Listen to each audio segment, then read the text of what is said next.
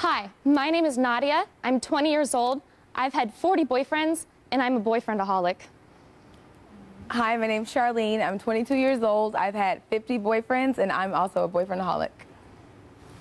Hi, my name is Tyra. I ain't a boyfriend-aholic, y'all. I'm 34 years old, and I'm a television producer, and I host my own talk show, which is starting right now. Okay, so we all know women who have to have a boyfriend 24/7. They go from guy to guy. They're miserable when they don't got a man, and then they ditch their friends for whoever their guy of the moment is. Is that you? Is that your friends? Your friends? Oh, but not you. They're like, oh, no, Tyra, it's not me. But to a lot of women, you guys, love is like a drug. They're boyfriend-aholics. Boyfriend-aholics. Ever heard that? It's like an alcoholic has to have alcohol. Boyfriend-aholic has to have a man, okay? Well, today we're hoping... This is a My 9 News weather advisory. Good afternoon. I'm meteorologist Audrey Puente here to update you on the winter weather that is moving across the tri-state area. Here's some video shot earlier out at Sea Caucus where you can see roads were pretty slick and people were taking their time on those slick roadways. It's good advice for everyone traveling around the tri-state area. Here's some video from West Milford and Passaic County where they saw a couple of inches of snow. Accidents were a problem as folks needed to take their time on the roadways there too. Right now they should be getting treated, but icing is a problem up in Passaic County at this hour. And here's a look at Newark where we've changed over to rain. Earlier we did have a couple of inches of snow as well, but things are starting to improve, relatively speaking, of course. Now we have rain moving across the area and some of it is coming down heavy at times. Here's a look at the current radar, and you can see the line of heavy rain coming out of Fairfield County, Connecticut, across the Long Island Sound, heading into eastern Nassau County and moving just along the Jersey Shore. This will be moving from west to east, so we're expecting it to overspread Suffolk County and come offshore of the Jersey Shore over the next hour or so. Up to the north and west, where you see the shades of pink here, this is where we've had extensive icing throughout the day today, and it will continue over the next several hours as well. We see the backside of the system coming across parts of Pennsylvania, but we still have a ways to go, folks. A cold front still needs to sweep through the area from west to east, and it really won't do so until late tonight. On the backside of the system, we could get some snow coming in. As you can see, the colder air working in behind, igniting those snow showers across western New York and Pennsylvania. But I'm not expecting anything in the way of accumulation. Only very little or none at all across the area. Let's flip over to our other graphics. Winter storm warnings continue in the areas shaded in pink. That's exactly where we're finding the icing tonight, and that will be the problem as we go through the evening hours. We had winter weather advisories in effect along the coast, but now we've changed over to rain, so now that will be it for the winter weather across that part of the nation, that part of the tri-state area. Here's a look at our temperatures. Where we're above freezing, that's where we're getting mainly rain, like in New York City with 36 degrees. We're in the 40s across JFK, Islip, and even down to Belmar at 48 degrees. Up towards the north where the temperatures are below freezing, that's where we're getting the icing, like around Newburgh and in Sussex County, and that will continue northward into Sullivan, Ulster, and Dutchess County over the next several hours into the late evening hours, too. Here's that cold air working in behind the system where temperatures are dropping into the 20s. That will sweep into the area tonight, and that's why we could see a change over to snow before it's all said and done. To the south, though, temperatures are very warm, close to 70 in Norfolk, Virginia, but we won't be seeing numbers that warm, unfortunately, for us.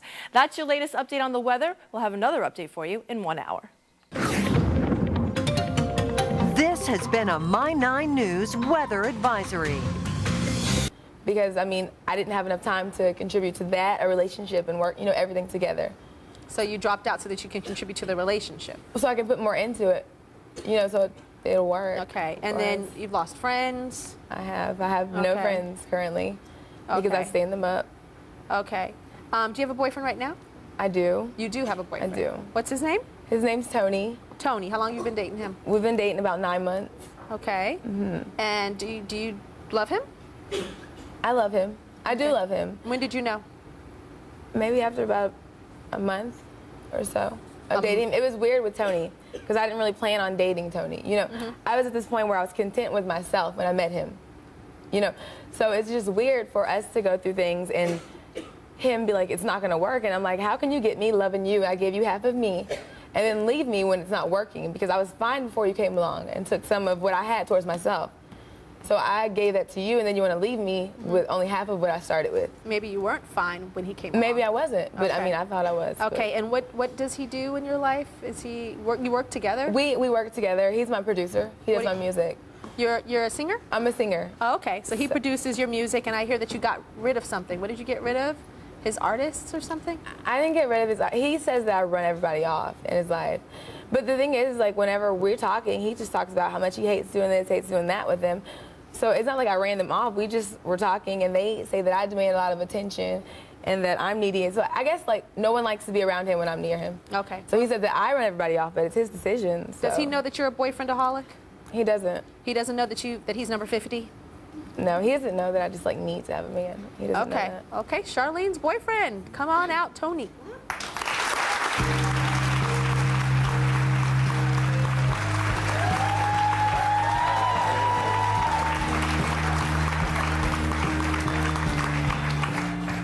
Hi, Tony. Hello, Tara. How are you doing? I'm good. So we've been talking to Charlene here.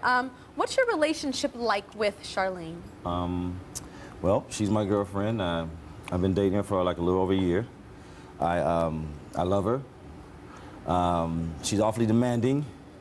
Demands a lot of time, a lot of attention. Whether I'm doing music with other clients or by myself, she'll demand a lot of time, a lot of attention. Whether it's slamming doors, or making certain gestures or looks, so I can make sure I pay attention to her. And I understand you feel like she's cutting people out of your life? Yeah, because a lot of times when she's around, she's so time-consuming to where when people are around, she demands my attention. And when I leave to talk to her for 5 or 10 minutes, it turns to an hour. The other person feels like I'm being really rude to them. So then they leave. Got it. And so she ends up being the only person that I end up, sharing the word with. And she's so suffocating. You wrote a song? What's the song you wrote? What's the song I really wrote for her? Because I thought maybe it would invoke some emotions from her. From Baby I Cry, a song called Baby I Cry. A lot of times when I would try to leave and something would happen, she would, He's doing some cry baby. You would cry? She's a crybaby. She cried all the time. So okay. I thought that maybe this song would invoke the emotion called Baby I Cry. She actually did a good job of it. Okay. So I understand that she's so on you, but she's not the most honest person in your relationship. Tell us what happened. Well, I've definitely, one time she came over, I looked through her phone. She left her phone in my house.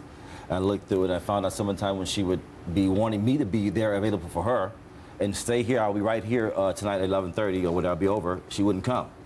And I wait all night for it and pretty much put aside my business from what I'm doing for waiting for her and her to come over, whether it's our relationship as a, as her as an artist or our relationship as she is my girlfriend. It's two different people. Like the relationship is one thing, and then Charlie Bad as my girlfriend, is another thing. So it's just two different things. I know that you brought him here because you love him, but you want to tell him that you have a problem, right? I do. So whenever you're ready, it's on you. Okay. Tony, I have a problem. I do demand a lot of attention. You do. And I don't want to burden you in any kind of way. Okay. I know it's hard on you, but I'm bringing you here because I just want to, show you that it's not you, it's really me, I have to have someone there. If that person's not there, I'm hard on myself. I feel like life isn't worth living. Right. So it's like a lot of times I demand you, but it's just like I really just need somebody, Right. So when you put me off, I have backups. Right. People that I can call, as you've seen. I've seen you try to continue to do it, yeah. Yeah, but it's not because I don't love you. I do love you and I do want to be with you, but it's just like I can't be alone with myself, pretty much. Right. And tell them what you think you are. I'm a boyfriendaholic. Okay. She said she's a boyfriendaholic. What does it make you laugh? Well, because I think some of it is maybe boyfriendaholic. Maybe that's true. This topic, your subject. I think really the thing is she just loves attention. Sometimes people just love attention. I had never seen her meet one mirror she didn't like. A piece of foil in my glasses. I wear glasses all the time. She's always, I think she's looking at me, but she's in my glasses, making sure she looks the part. So I think, and then it's attention. It's a lot of attention. She demands a lot of attention, you know what I mean? And she wants me to constantly tell her she's beautiful. And if I don't tell her, she does tell me I can go somewhere else and somebody else will, enjoy this beauty, or somebody else would love to be with me and tell me these things. Do you know how many boyfriends she's had? Well, I've heard. I don't know how many she's had. I imagine about 5.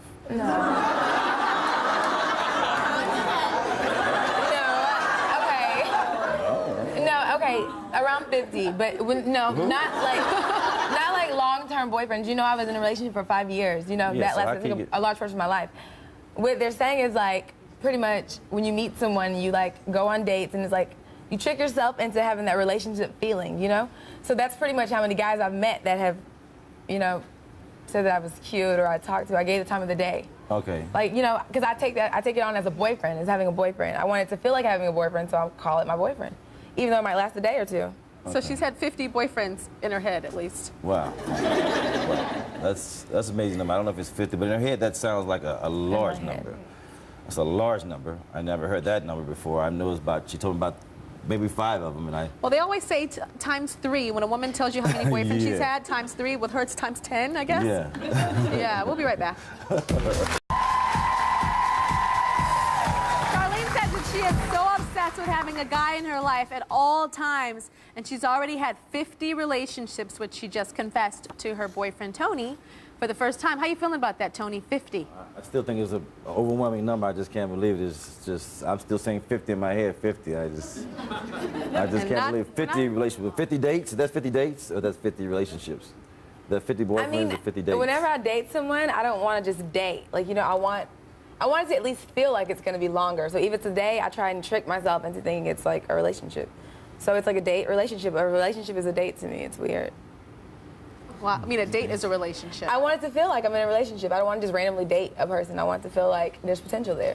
Got it. So I'm like, this is my boy. Like, even if it's for one day, I'm like, this is my boyfriend.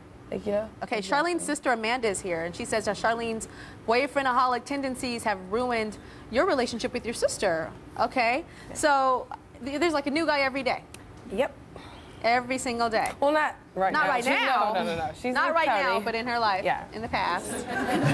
Tony's like, what's going on now? Okay. And you feel like she can't function? No, Not boyfriend? No, she can't. And I think it's a problem because I've started noticing it about 2 years ago when I returned home from college. And I would always see her. She would have a boyfriend. And, you know, she'd always going out with them, constantly with them. She's not a family person, you know. She never wants to be around family. She's always with her guy. And they would break up, and she'd have a new boyfriend, like, the very next day or whatever. Or, for instance, like, she would be crying, like, dramatically over this guy. They would break up, and then the same exact night, she would be on another date with another guy. And I'm like... That fast? Yeah, and I'm like, okay, what's up? You were crying this morning, and now you're going out on the date, all glamorous and stuff? Yeah, not even a mourning period. Like, No. you know, like a sad morning. Well, when she was crying on the phone with the guy. Oh, an hour. Yeah, That's the morning. Or 30 minutes or so. 30 minutes. Okay, and you thought it was a phase, but now you know it's an addiction. Yeah, I thought it was a phase. It was like, she's young, she's gonna grow out of it, but no, now I'm noticing it's something serious, and she really needs help because it's not cool at all. And it got bad recently, about a year ago, because you guys had a tragedy. Right, our mom passed away about a year ago because she had breast cancer, and everyone thought that, you know, it would bring us all closer together because we lived together and everything, and that we would be close, and, you know, I thought so too. But, you know, she still kept on with the same ways. She would, you know, still have her guys around. She really didn't care about leaving me at home by myself or whatever. You know, she's like selfish. It's all about her. Me, me, me. I'm going to go out on a date with my boyfriend or be whatever. You know, who cares what you're doing? You know, I mean, I know she loves me and she cares. But, you know, herself and her relationship is way more important than what I'm doing. Charlene, I was watching you when your sister talked about your mom dying a year ago, and that the boyfriend-aholic stuff got worse when your mom died. Yes, because, I mean, after my mom died, my dad got married to someone else 6 months later.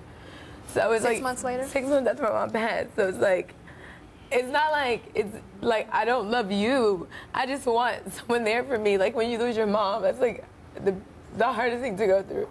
And you need that emotional support from somebody. And I know that we're there for each other. But it's like long term. Like, you want to have a family too, right? I want the same thing. And it's just like, I don't know. I want that family life, and I don't want it, like, not with you, but you're going to get married one day, and you're going to have a family. And you can as well. I mean, it's not... You know, I know, but it's just like, you're busy, too. You know you're busy, Amanda, and I'm busy, too. I'm not as busy. I'm there, though. You don't make yourself... You know, you don't try to hang out or do stuff, you know, because you're always with your boyfriend. So, and when everything's good with her boyfriend, she's fine. She's not crying. She's not really, you know, upset or thinking about it. I think that he knows that I have a problem, and I think he uses it to his advantage, you know? How do you think that? He knows that I'm addicted to having somebody and to wanting somebody, and he just, like, kind of puts me on a little string and just dangles me, like, around. You know, he dangles it over my head. Like, he knows that I need him. So he'll run from me so I can chase him. I don't think that... Does he run from you so you can chase him, or is he really running? No, he runs... No, let me explain. explain. He runs so I can chase him because the second I stop chasing him and I get it together with myself and I go out and I'm like, whatever with you, he's like, what? What are you doing? You're cheating on me. I thought you loved me. And I'm like, no, I was just chasing you. And then I turned around and now you're chasing me. Like, it's weird. She even said the same thing. So do you think this boyfriend-aholic stuff is connected to your mother's death?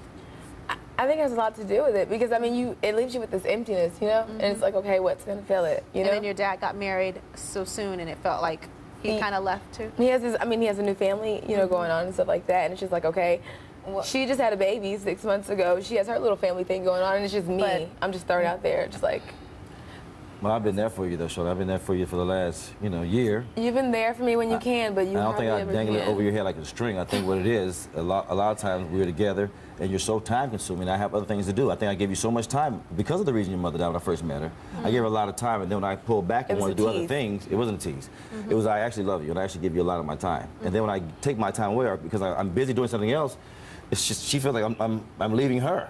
So she comes and she'll come and kick the door, or she'll accuse me of cheating, or jump in through the sunroof. I mean, just. But, Are you exaggerating? No, I'm not. He tried to not leave. He locked your exaggerating. doors. He I'm locked the not- doors and you To the tried car. to jump because in we through were the sunroof? talking. I had to. Up through the sunroof, she's coming through the sunroof. It's not funny. She's coming through the sunroof. Yeah, like I feel like a superhero. Yeah, Like a superhero. That's I what mean, like a superhero. because- Like it almost like she had a cape on. She No. dove through the window and Okay, I came have to through. explain this, Sarah. Okay, we're gonna take a break and we're gonna talk about jumping through the sunroof because that's not just boyfriend-aholic. That's just like crazy. No, it's crazy. We'll be right back. Okay, the sunroof, Charlene. Okay, we're talking about boyfriend-aholic. Okay, so that's your addiction. But then this is something else. Jumping through a sunroof because he locked the doors and was leaving in the car? Well, we were at his house. I didn't have my car there. We were in his car. So it's like we're in the middle of this argument. He locked the doors to his house. So it's like, you're going to try and leave me outside of your house by myself. I have nowhere to go. I have no car. I can't leave.